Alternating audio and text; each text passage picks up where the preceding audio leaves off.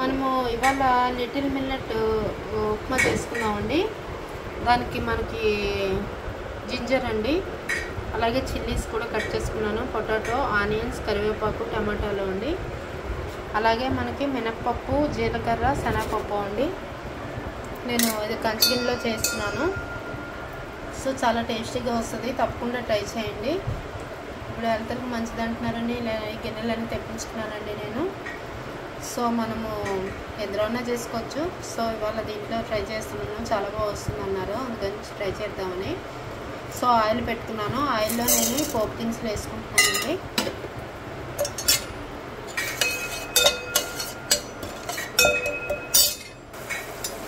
చూస్తారు కదండి, పోపు వేగుతుంది. అప్పుడు మనం ఏం చేయాలంటే 1 స్పూన్ పెసరపప్పు అండి, అలాగే పెప్పర్ అండి, అది కూడా ఇందులో వేసుకోవాలి. వేసుకుని వేయించుకోవాలి బాగాను.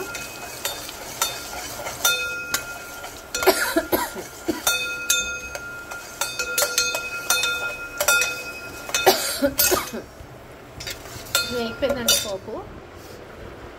ఇప్పుడు వెజిటేబుల్స్ ఇందులో వేసుకుని వేయించుకున్నాము.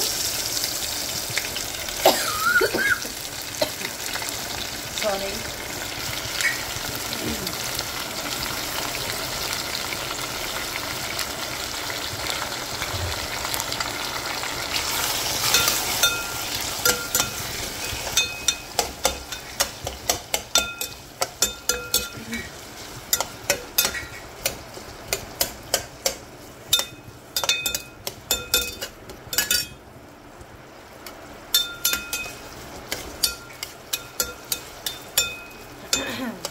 చూస్తారు కదా, యాక్చువల్గా ఇప్పుడు ఇందులోనే మనం ఏం చేయాలంటే అండి, నేను 1 గ్లాస్ మిల్లెట్ తీసుకున్నానండి. చూస్తారు కదా, 1 గ్లాస్ మిల్లెట్స్ తీసుకున్నాను. డైరెక్ట్ ఇందులో వేస్తున్నానండి.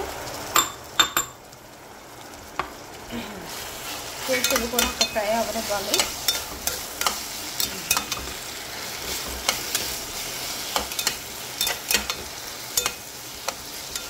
ఇప్పుడు ఇందులో కొంచెం పసుపు, ఉప్పు యాడ్ చేసుకోవాలండి మనము.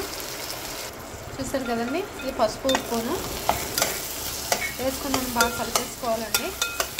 టేస్ట్కి తగ్గట్టు ఉప్పు వేసుకోవాలండి. అలాగే కొంచెం కలర్ దీనిగా వస్తుంది కదా ఇది, అందుకని చెప్పి మనము పసుపు వేసుకున్నాము.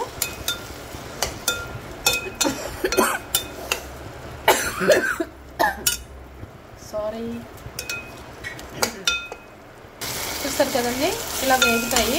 ఇప్పుడు మనం ఏం చేయాలంటే, చూస్తారు కదండి, గిన్నెలో చేయడం వల్ల అడుగు కూడా అంటట్లేదు, చాలా బాగుంది. సో ఇప్పుడు మనము ఏ గ్లాస్ తోటి వేసుకున్నామో ఆ గ్లాస్ తోటి 1కి 3 వాటర్ యాడ్ చేసుకోవాలండి.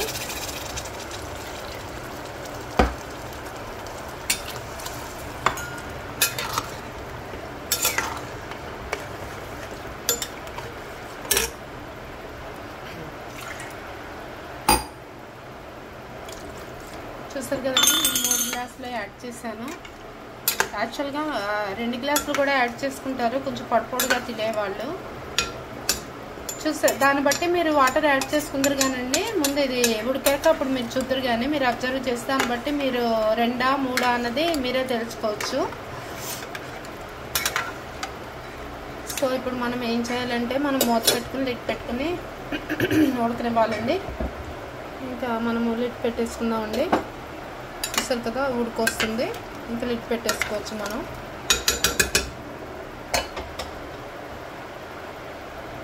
చాలా టేస్టీగా ఉంటుందండి, హెల్త్కి చాలా మంచిది, తప్పకుండా ట్రై చేయండి. ఎప్పుడు తిన్న వాళ్ళు కూడా మాకు బాగుంది, మాకు నచ్చుతుంది అని చెప్పి తింటారు.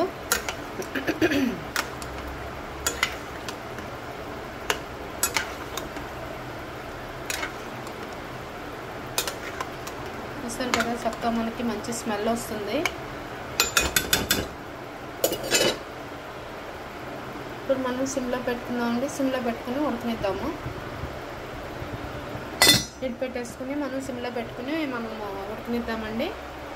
చూస్తారు కదండి, ఇది గిన్నె చాలా బాగుంది. ఇలాగ కూరలు, పాయసాలు అవి చేసుకోవడానికి దానికి చాలా బాగుంటుంది, తప్పకుండా ట్రై చేయండి.